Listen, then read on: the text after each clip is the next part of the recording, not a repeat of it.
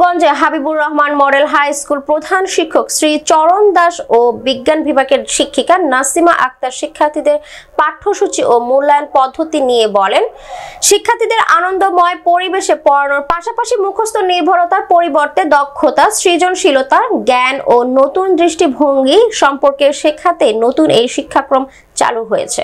প্রধান শিক্ষক আরো বলেন, আমি শ্রী চরণ দাস, হাবিবুর রহমান মডেল হাই স্কুলের প্রধান শিক্ষক।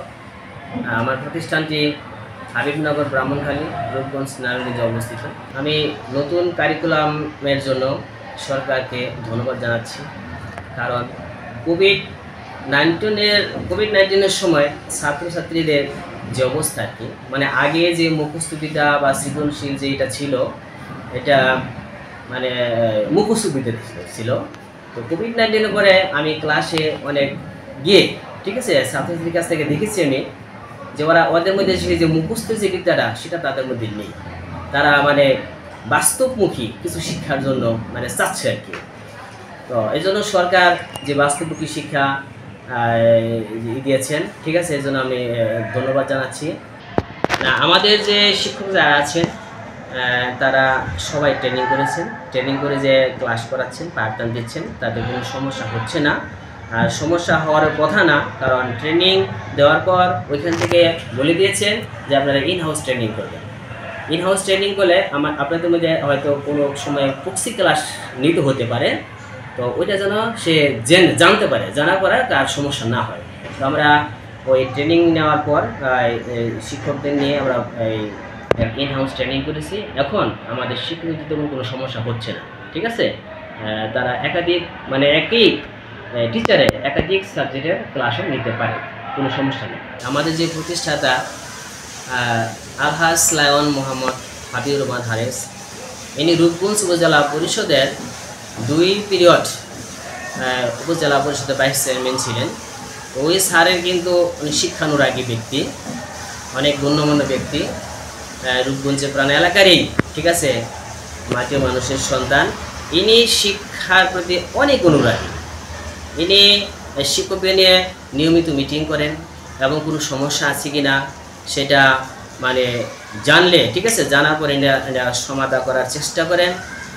তারপরে প্রতিদিন মানে কোনো স্টুডেন্ট মানে অ্যাবসেন্ট আছে কি না সে ব্যাপারেও স্যার আমাদের নির্দেশনা দিতে থাকেন যে প্রতিদিন যেন ফোন করা হয়, গার্ডেনের সাথে মানে নিয়মিত যোগাযোগ করা হয়। আমি বিজ্ঞান টিচার নাসিমা, সহকারী শিক্ষক, Habibur Rahman model high school.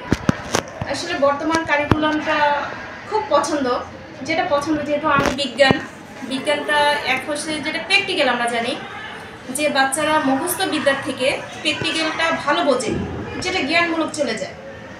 তাহলে বর্তমান কারিকুলামে আমি যেটা ওকে বইতে পড়ালাম সেটা আমাকে ফিল্ডে যেতে হয়, যেটা বলা হয় অংশীদার। আগে কি ছিল, শুধু টিচার পড়াতো, বাসায় বলতে পারতো না। এখন টিচার পড়াবে, সেটা বাসায় বাবা মাকেও জিজ্ঞাসা করতে পারবে, এবং সেটা বাইরে। ধরুন একটা এক্সাম্পল, যে একটা কৃষকের একটা জমিতে বললাম যে একটা জমিতে ধান চাষ করা হচ্ছে, সেটা কিভাবে, তা আমি বাচ্চাকে পড়াই দিলাম যে ফিল্ডে ধান চাষ করা হবে, তুমি একটা কৃষকের কাছে জানতে পারো। তো ও সরাসরি কিন্তু ফিল্ডে যাবে, ফিল্ডে গিয়ে জিজ্ঞেস করবে যে দাদা তুমি এখানে ধান চাষ করছো, কি কি ব্যবহার করছো। তখন এটা কিন্তু প্র্যাকটিক্যাল ক্লাস হয়ে গেল ওইখানে। তাহলে সে বলে দিবে যে আমি এই জমিতে এতটা সার ইউজ করছি, এতটা কি ধান রোপণ করা হয়েছে। সুন্দরভাবে বাচ্চাটা বুঝে গেল, যেটা আগে কিন্তু বাচ্চারা বুঝতো না, যেটা মুখস্থ বিদ্যার মতো ছিল, যে অনেক বাচ্চারা বুঝতো না আসলে ধান কি চাষ করা হয়। যেমন যারা বিদেশে থাকে আমরা জানি যেটা আখ বলি, গ্যান্ডারি বলি, এটা কিন্তু আমরা দেশে বাংলাদেশে যারা চিনি, কিন্তু যারা বিদেশ ওরা কিন্তু গ্যান্ডারি আর বাঁশের মধ্যে পার্থক্য করতে পারবে না, ভাববে দুইটাই এক। তাহলে এই কারিকুলামটা খুব সুন্দর, এবং যেটা বলা হচ্ছে যে উদ্যোক্তা তৈরি হবে। এখনকার পড়ালেখা যেটা যে এসএসসি করে কিছু করতে পারবো না, কিন্তু এখনকার লেখাপড়া যেটা উদ্যোক্তা তৈরি হবে। প্রতিটা বাচ্চার মধ্যে যেটা বলা হয় যে আমি বাংলা পারি না, আমি গণিতটা ভালো পারি, আমি গণিত পারি না, আমি ছবি আঁকাটা ভালো পারি, আমি কোনোটাই পারি না, আমি মানুষকে কনভিন্স করতে পারি। তার মানে বাচ্চাদের নিজস্ব একটা যে আছে এটা ফুটে উঠবে। আর সেজন্য বর্তমান কারিকুলামের সাথে আমরা যারা টিচার, এখন আমাদের কাজটা বেড়ে গেছে। সরকারকে আমাকে ধন্যবাদ যে স্যার কাজটা দিচ্ছে, কারণ টিচার বলা হয় শিক্ষক জড়িত আছে, উনিই শিখাবে। তার মানে আমরা যদি বাচ্চাদের সাথে শিখাতে পারি তাহলে অবশ্যই এটা অদূর ভবিষ্যতে সুন্দর একটা প্রযুক্তি তৈরি হবে, যেটা বলা হচ্ছে ডিজিটাল বাংলাদেশ। আমরা ডিজিটাল বাংলাদেশ গড়ে নেওয়ার জন্য ভবিষ্যৎ নাগরিক গড়ে তুলতে পারবো, যেটা প্রতিটা বাচ্চা সরকারি চাকরি, প্রাইভেট চাকরির পাশাপাশি আমরা উদ্যোক্তা তৈরি হতে পারবো।